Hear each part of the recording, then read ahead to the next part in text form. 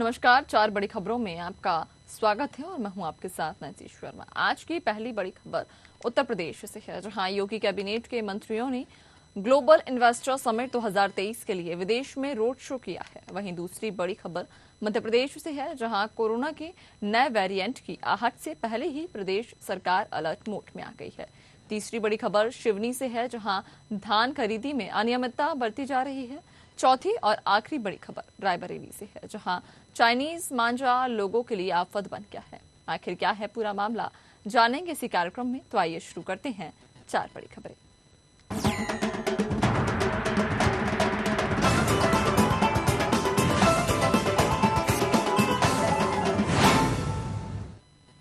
Global investor summit 2023 के लिए विदेश में रोड शो कर निवेश आमंत्रित करने गई प्रदेश सरकार की टीमों को करोड़ों रुपए का निवेश प्रस्ताव प्राप्त हुआ है।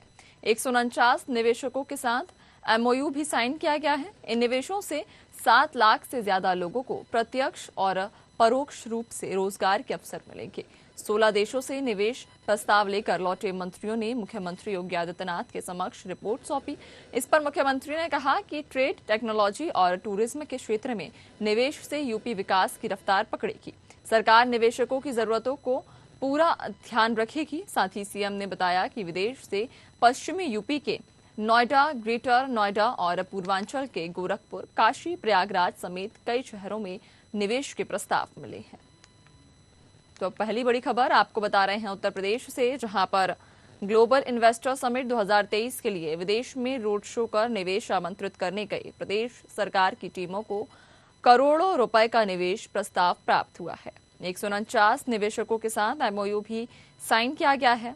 इन निवेशों से 7 लाख से ज्यादा लोगों को प्रत्यक्ष और परोक्ष रूप से रोजगार के अवसर मिलेंगे। 16 देशों से निवेश प्रस्ताव लेकर लौटे मंत्रियों ने मुख्यमंत्री योगी आदित्यनाथ के समक्ष रिपोर्ट सौंपी। इस पर मुख्यमंत्री ने कहा कि ट्रेड, टेक्नोलॉजी और टूरिज्म के क्षेत्र में निवेश से यूपी विकास की रफ्तार पकड़ेगा। सरकार निवेशकों की जरूरतों का पूरा ध्यान रखेगी। साथ ही सीएम ने बताया कि विदेश से पश्चिमी यूपी के नोएडा, ग्रेटर नोएडा, पूर्वांचल के गोरखपुर, काशी, प्रयागराज समेत कई शहरों में निवेश के प्रस्ताव मिले हैं।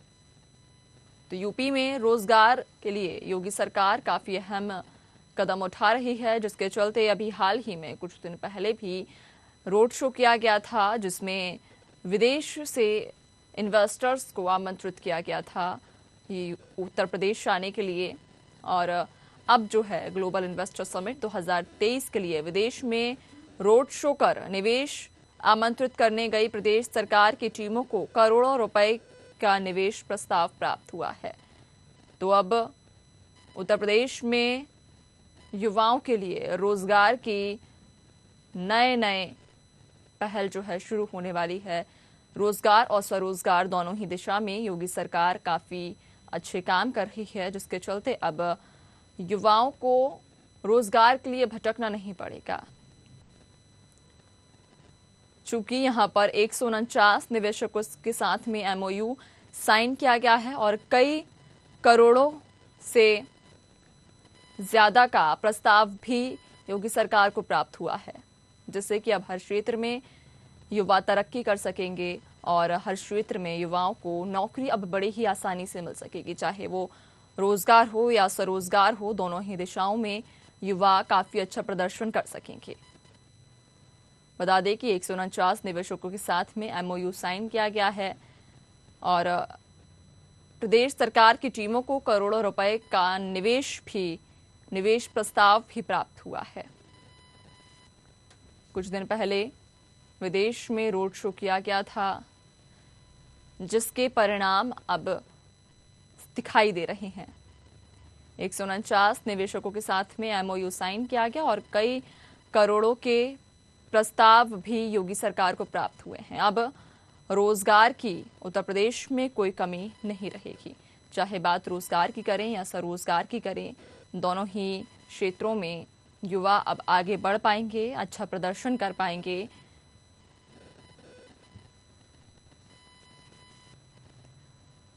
मुख्यमंत्री योगी आदित्यनाथ ने कहा है कि ट्रेड, टेक्नोलॉजी और टूरिज्म के क्षेत्र में निवेश से यूपी विकास की रफ्तार पकड़ेगा।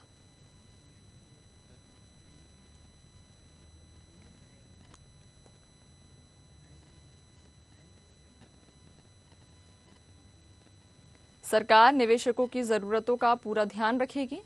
सीएम ने बताया है कि विदेश से पश्चिम यूपी के नोएडा, ग्रेटर नोएडा, पूर्वांचल के गोरखपुर, काशी, प्रयागराज समेत कई शहरों में निवेश के प्रस्ताव मिले हैं। बता दें कि योगी सरकार को कई करोड़ों के निवेश का प्रस्ताव मिला है और 149 निवेशकों के साथ में योगी सरकार ने एमओयू साइन किया है, जिससे कि अब उत्तर प्रदेश में चाहे हम बात करें रोजगार की या स्वरोजगार की, दोनों ही दिशाओं में अब युवा आगे बढ़ेंगे, उभर कर अब युवा सामने आएंगे, चूंकि यहाँ अब युवाओं को रोजगार की कोई कमी नहीं रहने वाली है। अगर कोई युवा चाहे कि अपना स्वरोजगार वो शुरू करना चाहे तो उसके लिए भी अब फंड काफी आसानी से मिल सकेगा। कई क्षेत्रों में निवेशक यहां पर इन्वेस्ट करेंगे। विदेशों में रोड शो किया गया था, जिसके बाद अब 149 निवेशक तैयार हुए हैं। 149 निवेशकों के साथ में एमओयू साइन किया गया है और कई करोड़ों रुपए का निवेश प्रस्ताव भी योगी सरकार को प्राप्त हुआ है।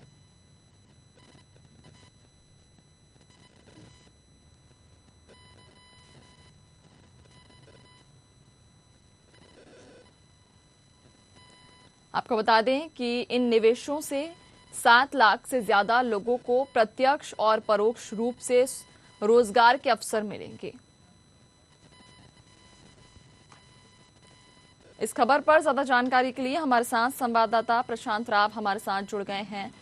प्रशांत, जैसा कि देख सकते हैं कि उत्तर प्रदेश में अब रोजगार की बात करें या स्वरोजगार की बात करें, दोनों ही दिशा में योगी सरकार काफी अच्छा प्रदर्शन कर रही है और करीब 7 लाख से ज्यादा लोगों को अब रोजगार मिलेंगे उत्तर प्रदेश में। और अगर देखा जाए तो हाल ही कुछ दिन पहले विदेश में रोड शो किया गया था और तब निवेशकों को भारत में या फिर उत्तर प्रदेश में कहें आने के लिए इनवाइट किया गया था, निवेश करने के लिए इनवाइट किया गया था, जिसका आज सफल परिणाम देखने को मिला है।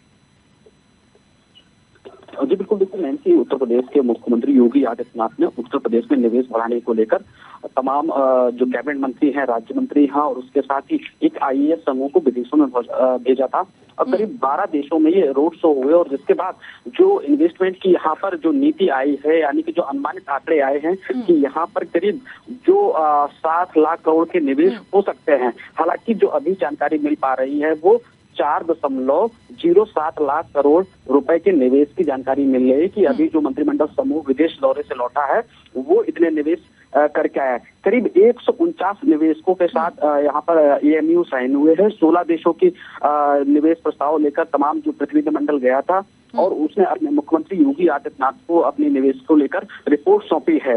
हालांकि आधिकारिक तौर पर अभी जानकारी नहीं दी गई है कि जो 16 देशों में जो मंत्रिमंडल और आईएएस समूह जो निवेश को लेकर निवेशकों को और इसके साथ ही उद्यमियों को रिझाने के लिए और उन्हें आमंत्रित करने के लिए गया था, कितना निवेश आया है ये आने वाले समय में मुख्यमंत्री योगी आदित्यनाथ ये अपना श्वेत पत्र जारी करेंगे कि जिन देशों में से निवेशकों के लिए रोड शो हुआ है, कितने एमओयू साइन किए गए हैं, कितने लाख करोड़ रुपए उत्तर प्रदेश में निवेश के लिए आया है।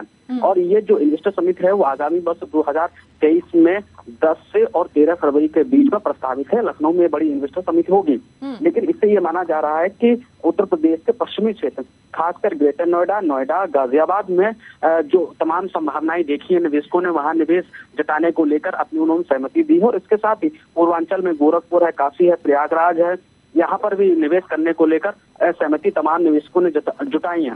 क्योंकि जितने भी मंत्री गए थे वो उन्होंने साफ तौर से कहा है कि अभी जो देश के निवेशक हुआ करते थे वो विदेशों में पैसा अपना निवेश किया करते थे, तो ऐसे में उन निवेशकों को भी अब अपने ही देश यानी स्वदेश में भारत में निवेश करने के लिए आमंत्रित किया गया है। इसके साथ तमाम विदेशी कंपनियां हैं उनको भी आमंत्रित किया गया है कि वो भारत में अपना उत्तर प्रदेश में अपना निवेश कर सकते हैं। इसके साथ ही मुख्यमंत्री योगी आदित्यनाथ ने जिस तरीके से उत्तर प्रदेश में निवेश को लेकर माहौल बनाया है, खासकर सुरक्षा, सुविधा और सड़क संचालन वो महत्वपूर्ण है, उसको लेकर तमाम जो निवेशक है वो उत्तर प्रदेश के लिए निवेश करने के लिए तैयार है। हालांकि इस निवेश को तौर पर देखा जाए कि उत्तर प्रदेश में करीब 7 लाख लोगों को रोजगार भी मिलेंगे और इसके साथ ही उत्तर प्रदेश की जो अर्थव्यवस्था होगी वो और ज्यादा आने वाले समय में मजबूत होगी। मुख्यमंत्री योगी आदित्यनाथ आगे भी अभी संभावना जता रहे हैं करीब जो लक्ष्य रखा गया था 7,00,000 करोड़ से भी ज्यादा का, उसको पूरा करने की तैयारी में है। और जब ये इन्वेस्टर समिति आगामी 2023 में होगी तो उसमें और ज्यादा निवेश आने की संभावनाएं जताई जा रही है, जिसको लेकर अभी भी विदेशों में लगातार जो उद्यमी हैं या जो बड़ी कंपनियां हैं, जो बड़े ग्रुप्स हैं, उनसे संपर्क साधे हुए हैं यहाँ के मंत्री और तमाम आईएएस संगठन। जी प्रशांत, तमाम जानकारी साझा करने के लिए आपका बहुत बहुत धन्यवाद।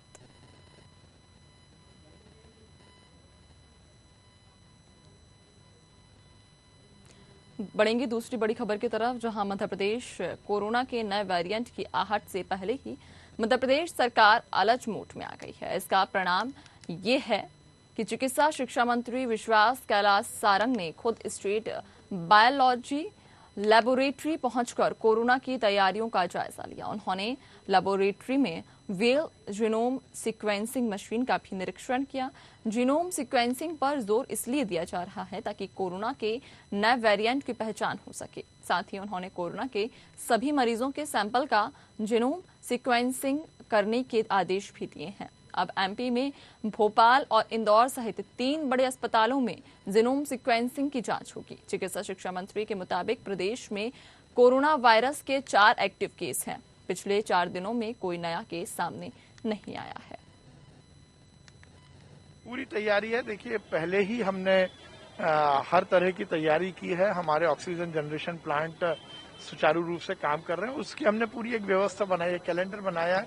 उसकी हर महीने मॉक ड्रिल करते हैं हम। संपूर्ण प्लांट अच्छे से चल सकें, इसकी संपूर्ण व्यवस्था की गई है। 43,000 बिस्तर हमारे पास हैं पूरे मध्य प्रदेश में, और सभी तरह की जो भी कोविड से संबंधित हमारी तैयारी है वो पूरी है। और उसके साथ साथ केंद्रीय स्वास्थ्य मंत्रालय का जो निर्देश होगा हम उसका पालन करेंगे। जीनोम सीक्वेंसिंग इसीलिए क्योंकि नए वेरिएंट की बात आ रही है, इसलिए केंद्र सरकार की ओर से ये दिशा निर्देश दिया गया है कि हम हमारे जो भी पॉजिटिव केस आ रहे हैं उसकी जीनोम सीक्वेंसिंग करें, जिससे कहीं कोई नया वेरिएंट तो नहीं है इसका पता लग सके। भारत के सीमावर्ती देशों में जिस तरह से कोरोना बढ़ा है उसको लेकर भारत में भी केंद्रीय स्वास्थ्य मंत्री ने एडवाइजरी जारी की है और मध्य प्रदेश में भी एडवाइजरी जारी की गई है। उसको लेकर कहीं ना कहीं तैयारियों का जायजा लेने के लिए चिकित्सा शिक्षा मंत्री विश्वास सारंग यहां पर पहुंचे थे और विश्वास सारंग ने स्टेट वायरोलॉजी लेबोरेटरी का निरीक्षण भी किया कि किस तरह से जो जीनोम सीक्वेंसिंग मशीनें हैं और जो टेस्टिंग होगी वहां पे किस तरह से व्यवस्थाएं हैं, कोरोना की कितनी व्यवस्थाएं हैं, मीडिया का भी निरीक्षण किया। तो कहीं ना कहीं मध्य प्रदेश में कोरोना को लेकर सरकार पूरे अलर्ट मोड पर है और यदि इस तरह की कोई भी संभावित लहर आती है तो उसके लिए पूरी तैयारी है कि नहीं, ये देखने के लिए चिकित्सा शिक्षा मंत्री विश्वास सारंग आए थे और उन्होंने कहा कि मध्य प्रदेश सरकार पूरी तरह से तैयार है। यदि किसी प्रकार की कोई भी लहर आती है तो उससे निपटने के लिए मध्य प्रदेश सक्षम है। कैमरा पर्सन दशरथ के साथ कृष्ण शर्मा, न्यूज आवर, भोपाल। तो आपको बता दें कि अब कोरोना जो है धीरे धीरे अपने पैर पसारता जा रहा है। हालांकि मध्य प्रदेश में अगर बात भोपाल की करें तो यहाँ पर फिलहाल कोरोना के कोई एक्टिव केस सामने नहीं आए हैं। इस खबर पर ज्यादा जानकारी के लिए हमारे साथ संवाददाता कृष्णा शर्मा हमारे साथ जुड़ गए हैं। कृष्णा, जैसा कि देख सकते हैं कि कोरोना जो है अब धीरे धीरे करके पूरे राज्य में या फिर पूरे देश में अपने पैर पसारता जा रहा है, लेकिन अच्छी खबर यह है कि भोपाल में फिलहाल कोई गंभीर विषय नहीं है कोरोना को लेकर, लेकिन उसके बावजूद भी प्रशासन पूरी सतर्कता बरत रहा है। तो क्या कुछ इंतजाम किए गए हैं कि अगर कोरोना के कोई 1-2 केस सामने आते हैं तो उससे कैसे निपटा जाएगा? बिल्कुल, मध्य प्रदेश सरकार एकदम अलर्ट मोड पर है। जिस तरह से कोरोना को लेकर बातें चल रही हैं और भारत से जुड़े हुए जो देश हैं और अन्य देश हैं, चाहे चीन हो, चाहे अमेरिका हो, यूएस हो, वहां जिस तरह से कोरोना फैला है उसको लेकर कहीं ना कहीं भारत में एडवाइजरी जारी कर दी गई है। स्वास्थ्य मंत्री, जो केंद्रीय स्वास्थ्य मंत्री है मनसुख मंडाविया, उन्होंने एडवाइजरी जारी की है। तो उसका असर मध्य प्रदेश में हुआ है। कल मध्य प्रदेश के जो स्वास्थ्य आयुक्त हैं सुदाम खाड़े, उन्होंने जो यहाँ पे सीएमएचओ हैं, कलेक्टर हैं, स्वास्थ्य अधिकारी हैं, उनको भी एडवाइजरी जारी किया है और उसी को लेकर के चिकित्सा शिक्षा मंत्री विश्वास सारंग हमीदिया पहुंचे थे और निश्चित रूप से जो जीनोम सीक्वेंसिंग मशीनें हैं उनको देखने गए थे कि जो कोरोना का नया वेरिएंट आ रहा है B7 उसको जो लक्षण होंगे वो उसमें पकड़े जाएंगे। तो कहीं ना कहीं जीनोम सीक्वेंसिंग मशीनें जो भोपाल में लगी हैं तो एम्स के बाद ये संस्था ऐसी है हमीदिया की जहां पे जो नए वेरिएंट है उनकी जांच हो सकी थी। तो कहीं ना कहीं मध्य प्रदेश सरकार पूरी तरह अलर्ट है और आज मुख्यमंत्री शिवराज सिंह चौहान भी 5:30 बजे कोरोना को लेकर समीक्षा बैठक करेंगे और पूरे मध्य प्रदेश के हर जिलों में एडवाइजरी जारी की गई है कि कोई भी यदि ऐसा केस आता है तो उसकी पूरी व्यवस्था की जाए और कहीं भी ढिलाई न बरती जाए। जी कृष्ण, अगर बात करें हम इंटरनेशनल फ्लाइट्स की, जैसा कि देखा गया था पिछले समय जब कोरोना लगा था तो इंटरनेशनल फ्लाइट्स पर प्रतिबंध लगा दिया गया था, तो क्या इस बार भी पहले से ही सावधानी बरतते हुए क्या इंटरनेशनल फ्लाइट्स पर या फिर किसी भी अंतर्राष्ट्रीय दौरे को लेकर कोई प्रतिबंध लगाया गया है?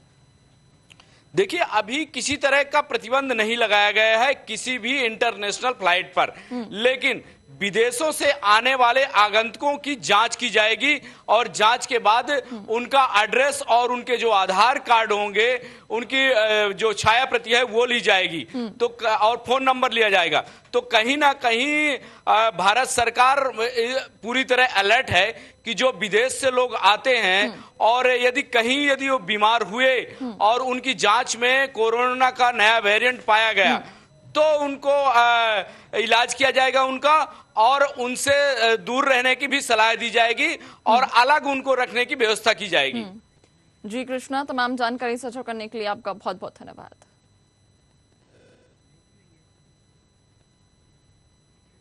और रुकेंगे एक बड़ी खबर के लिए जो सिक्किम से आपको बता रहे हैं। बता दें कि सेना का वाहन खाई में गिर गया। इस हादसे में 16 जवानों की मौत हो गई है और 4 जवान गंभीर रूप से घायल बताए जा रहे हैं। बता दें कि घायलों को अस्पताल भेजा गया। उत्तरी सिक्किम के लाचेन में यह हादसा हुआ है जहां सेना का वाहन खाई में गिर गया है। इस हादसे में 16 जवानों की मौके पर ही मौत हो गई जबकि 4 जवान घायल बताए जा रहे हैं। सभी जवानों को अस्पताल भेजा गया जहां सभी का इलाज जारी है। ये पूरी घटना उत्तरी सिक्किम के लाचेन में हुई है जहां सेना का वाहन खाई में गिर गया। इस हादसे में 16 जवानों की दर्दनाक मौत हो गई जबकि 4 जवान घायल बताए जा रहे हैं। सभी घायलों को अस्पताल भेजा गया जहां सभी घायलों का इलाज जारी है। ये घटना उत्तरी सिक्किम के लाचेन में हुई। विशेषज्ञ जुड़ चुके हैं। ललन सिंह जी, आपका बहुत बहुत स्वागत है न्यूज आवर में। धन्यवाद जी, आज एक बड़ा हादसा हुआ है जहां सेना का वाहन खाई में गिर गया। इस हादसे में 16 जवानों की मौत हो गई और 4 जवान घायल बताए जा रहे हैं। कितनी बड़ी क्षति ये हमारे देश के लिए है? मैडम, नॉर्थ सिक्किम ये सिलीगुड़ी कॉरिडोर जिसको चिकन नेक बोलते हैं, सामरिक रूप से बहुत महत्वपूर्ण जगह है और न्यू जलपाईगुड़ी से कोई ट्रेन कम्युनिकेशन नहीं है।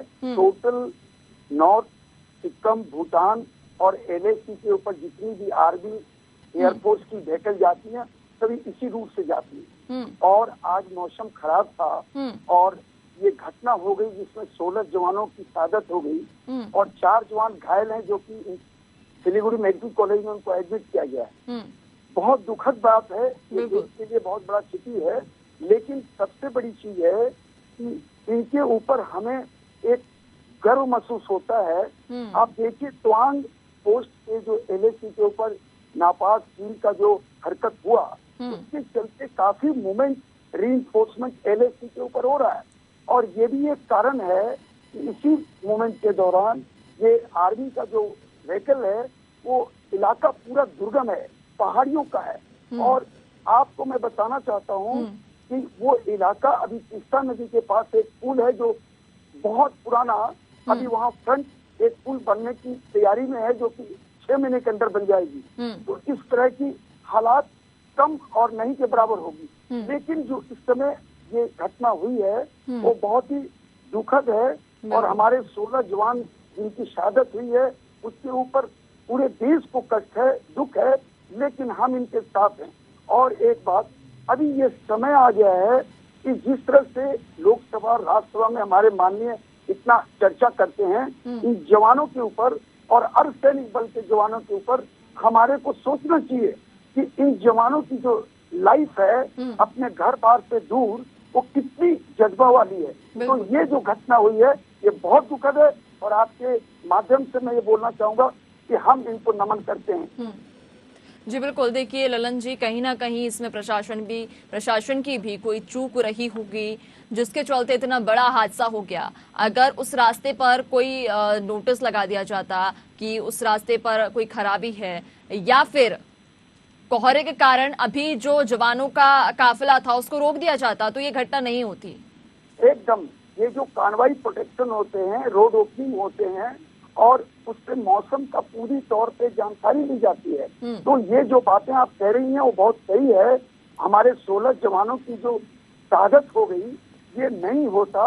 अगर हो गया तो आगे के लिए फ्यूचर में इस मौसम के ऊपर, जब न्यू जलपाईगुड़ी से लेकर LAC line of actual control तक, जो कि इसको चिकन नेक बोलते हैं, वो 25 किलोमीटर का जो जमीनी इलाका है वो पूरी तौर पे संकीर्ण है, और 7 किलोमीटर लंबा और 20 किलोमीटर चौड़ा ये इलाका, जिसमें कि भूटान, नेपाल, सिक्किम और तिब्बत का भी इलाका थोड़ी दूर पे 150 किलोमीटर पे है।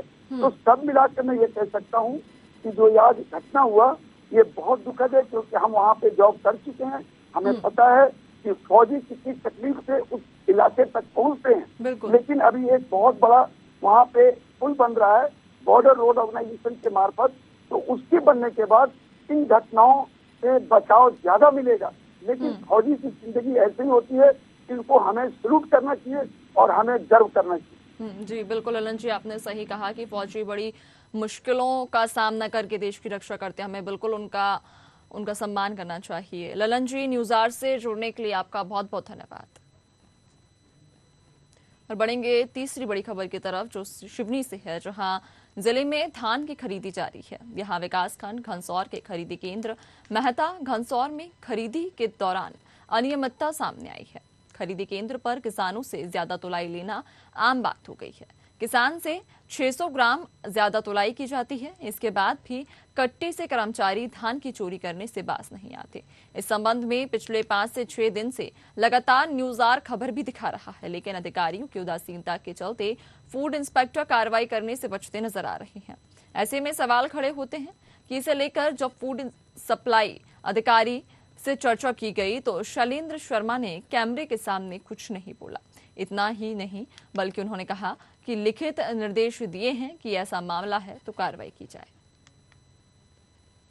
आज हम सिवनी के खाद्य आपूर्ति विभाग में पहुंचे थे। यहाँ पे हमने मेहता और कहानी की जो न्यूज़ें चल रही हैं उस विषय में चर्चा की थी। तो अधिकारियों का कहना है कि मैंने फूड इंस्पेक्टर को 2 बार रिमाइंड करा चुका हूँ, पता नहीं वो क्यों नहीं कर रही हैं कार्रवाई। मैं जल्द से जल्द कार्रवाई कराता हूँ एवं वह कैमरे के सामने तो नहीं आए, पर उनका कहना था कि कार्रवाई होना चाहिए। इसके लिए हमने लिखित में भी दी है, जो कि लिखित का लेटर उन्होंने हमको दिया है। जल्द से जल्द कार्रवाई के का आश्वासन अधिकारी द्वारा दिया गया है। महेंद्र अग्रवाल की रिपोर्ट। तो ये खबर आपको शिवनी से बता रहे हैं, जहां पर जिले में धान खरीदी तो की जा रही है, लेकिन यहां पर किसानों से 600 ग्राम ज्यादा तुलाई की जाती है। भ्रष्टाचार यहां पर साफ देखने को मिल रहा है। न्यूज़ आवर भी इस खबर को कई बार प्रसारित कर चुका है, लेकिन आज तक भ्रष्ट अधिकारियों के ऊपर कार्रवाई नहीं की जाती। वजह फिलहाल अनजान बनी हुई है कि क्या वजह है जो इन भ्रष्ट अधिकारियों पर कार्रवाई नहीं की जाती, जबकि मामला सभी के संज्ञान में है। चूंकि इस खबर को न्यूज़ आवर ने कई बार चलाया है, लेकिन उसके बाद भी भ्रष्ट अधिकारी निडर होकर यहां पर भ्रष्टाचार कर रहे हैं, किसानों से लूट कर रहे हैं। सीधे तौर पर किसानों से 600 ग्राम ज्यादा तुलाई की जाती है, इसके बाद भी कट्टों से कर्मचारी धान की चोरी करने से बाज नहीं आते। पिछले 5 से 6 दिन से लगातार न्यूज़ आवर इस खबर को दिखा रहा है। सभी अधिकारियों को भी इस मामले से अवगत करा दिया गया है, लेकिन उसके बावजूद यहां पर इन भ्रष्ट अधिकारी और इन भ्रष्ट कर्मचारियों के ऊपर कोई कार्रवाई नहीं की जा रही। प्रशासन सुस्त बैठा है, अपनी आंखों पर पट्टी बांधे यहाँ प्रशासन बैठा है, सब कुछ देखते हुए भी अनजान है। कई बार अधिकारियों के संज्ञान में ये मामला डाला, कई बार तमाम वहां के जो भी जनप्रतिनिधि हैं सबके संज्ञान में मामला डाला, लेकिन कोई कार्रवाई नहीं की जाती।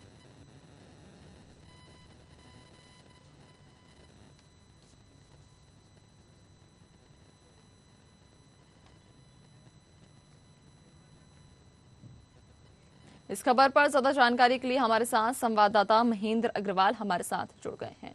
महेंद्र, जैसा कि आप भी देख सकते हैं कि इस खबर को न्यूज आर पिछले 4 से 5 दिनों से लगातार दिखा रहा है। वहां के जितने भी अधिकारी हैं, जितने भी जनप्रतिनिधि हैं, सबके संज्ञान में ये मामला डाल चुके हैं कि भ्रष्टाचार किया जा रहा है, वहां पर भ्रष्ट अधिकारी हैं, कर्मचारी हैं। लेकिन आखिर क्या कारण है कि अभी तक कार्रवाई नहीं की जा रही है? मैं कि आपको बताना चाहूंगा कि मैंने रेगुलर इस खबर को चलाया है, अधिकारियों से भी जाके बात की है, नायक तहसीलदार से उस दिन कंसौर से बात की तो उन्होंने कहा कि हम जानकारी लेते हैं। आज सिवनी जिला के जो फूड इंस्पेक्टर के नीचे जो सबसे बड़े सप्लाई अधिकारी होते हैं शैलेंद्र शर्मा जी, उनसे भी चर्चा की कि रेगुलर खबर दिलाने के बाद भी आपके जो कार्यस्थ फूड इंस्पेक्टर हैं वो कार्रवाई नहीं करना चाहते हैं। फूड इंस्पेक्टर से बात करने की कोशिश की तो फूड इंस्पेक्टर कहते हैं कि हमें 3 महीने से तनख्वाह नहीं मिली, ये नहीं मिली, वो नहीं मिली, कार्रवाई से पल्ला झाड़ते हैं। फिर हम ही से पूछने लगते हैं कि आपने गाड़ी लाए हैं, हम आप ही के साथ बैठ के आ जाएंगे। 3 दिन से रेगुलर हम कार्यालय में आकर बैठ रहे हैं मगर वो कार्यालय नहीं आ रही हैं। और जो अपने सप्लाई अधिकारी हैं उनसे हमने बोला कि आप कैमरा के सामने बोले तो उन्होंने बोला कि हमें कलेक्टर साहब ने मना किया है कि कैमरे के सामने कुछ बोले। जी महेंद्र, तमाम जानकारी साझा करने के लिए आपका बहुत बहुत धन्यवाद।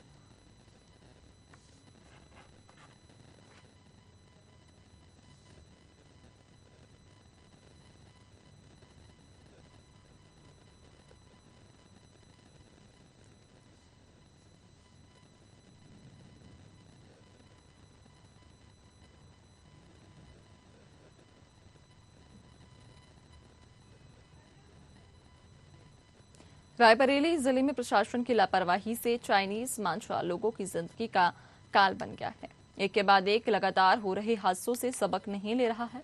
जिला प्रशासन पिछले 1 सप्ताह के अंदर चाइनीज मांझे से 4 लोगों का गला कट गया है, लेकिन जिला प्रशासन के कानों में चू तक नहीं रेंग रही। ताजा मामला कोतवाली क्षेत्र के अंतर्गत खतराना मोहल्ले का है, जहां रहने वाला युवक किसी काम से बाजार जा रहा था, तभी उसके गले में चाइनीज मांझा फंस गया, जिससे उनका गला कट गया। स्थानीय लोगों की मदद से घायल युवक को अस्पताल लाया गया, जहां घायल युवक की हालत गंभीर बनी हुई है। अब देखना यह है कि जिला प्रशासन चाइनीज मांझा की रोकथाम के लिए कोई प्रयास करता है या नहीं। उनके यहाँ IW था, बता रहे हैं किसी मंझे से शायद हुआ है रास्ते में जाते वक्त, और काफ़ी ब्लीडिंग हो रही थी। 6 से 7 टाँके लगभग लगे हैं, तो ब्लीडिंग सही हुई है, पेशेंट स्टेबल। तो ये खबर आपको रायबरेली से बता रहे हैं, जहां पर चाइनीज मांझे के चलते एक युवक घायल हो गया। बता दें कि युवक रास्ते से गुजर रहा था, तभी चाइनीज मांझा उसके गले में फंस गया, जिससे कि युवक घायल हो गया है। बहरहाल युवक का इलाज अस्पताल में जारी है, लेकिन सवाल यह है कि आखिर जब चाइनीज मांझे से लोगों की जान जा सकती है तो प्रशासन क्यों इस पर रोक नहीं लगा देता।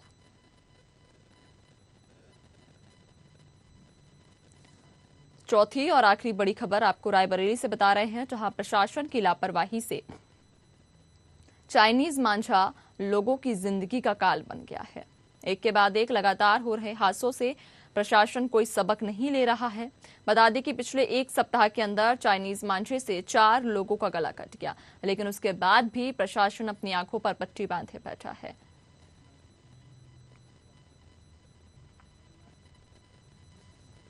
इस खबर पर ज्यादा जानकारी के लिए हमारे साथ संवाददाता वैभव वाजपेयी हमारे साथ जुड़ गए हैं। वैभव, लगातार हम देख रहे हैं यहाँ पर कि 4 दिन से कोई ना कोई घटना हो रही है और सभी घटना चाइनीज मांझे से ही जुड़ी हुई हैं।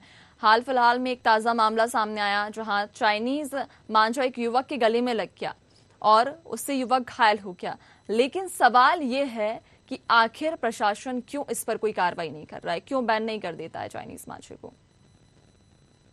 जी नैन्सी जी, बिल्कुल बताना चाहूंगा, जिला प्रशासन की लापरवाही से चाइनीज मांझा लोगों की जिंदगी का काल बन गया है। आपको बताते चलूं कि डीएम ने सिटी मजिस्ट्रेट को औचक निरीक्षण के लिए बोला, लेकिन जब निरीक्षण हुआ तो चाइनीज मंजा बिल्कुल मिला ही नहीं मार्केट में। और ये बताना चाहूंगा कि अगर चाइनीज मंजा मार्केट में नहीं है तो बच्चों के पास कैसे आ जा रहा है। बीते दिनों 4 से 5 ऐसे वो हुआ जिससे लोगों का गला कट गया है और जिला प्रशासन की कानों में जू तक नहीं रहे। जी बिल्कुल वैभव, देखिए चूंकि अगर प्रशासन चाहे तो खोजबीन कर वहां पर कार्रवाई करके, छापामार कार्रवाई करके ऐसी दुकानों को चिन्हित कर सकती है जिन पर चाइनीज मांझा मिलता है और उन्हें बैन कर सकती है। चूंकि एक हफ्ते में 4 लोगों की जान जा चुकी है, तो क्या प्रशासन के संज्ञान में ये मामला नहीं है? जी बिल्कुल बताना चाहूंगा, जैसे कि डीएम के संज्ञान में ये मामला है और डीएम ने सिटी मजिस्ट्रेट को औचक निरीक्षण के लिए बोला है, जिसमें निरीक्षण होने के बाद भी दुकानों में मंजा नहीं मिल रहा है और मार्केट में देखा जा रहा है कि बच्चे पतंग उड़ा रहे हैं उसी मंजे से। आखिर अगर जिला प्रशासन को निरीक्षण में क्यों नहीं मंजा मिल रहा है, मार्केट में मंजा कैसे उड़ रहा है? बिल्कुल, इसमें साफ जिला प्रशासन की लापरवाही सामने आ रही है। और जैसा कि योगी आदित्यनाथ, आदित्यनाथ आपने सही कहा कि कहीं ना कहीं इसमें प्रशासन की लापरवाही तो देखने को मिल ही रही है। तमाम जानकारी साझा करने के लिए वैभव, आपका बहुत बहुत धन्यवाद।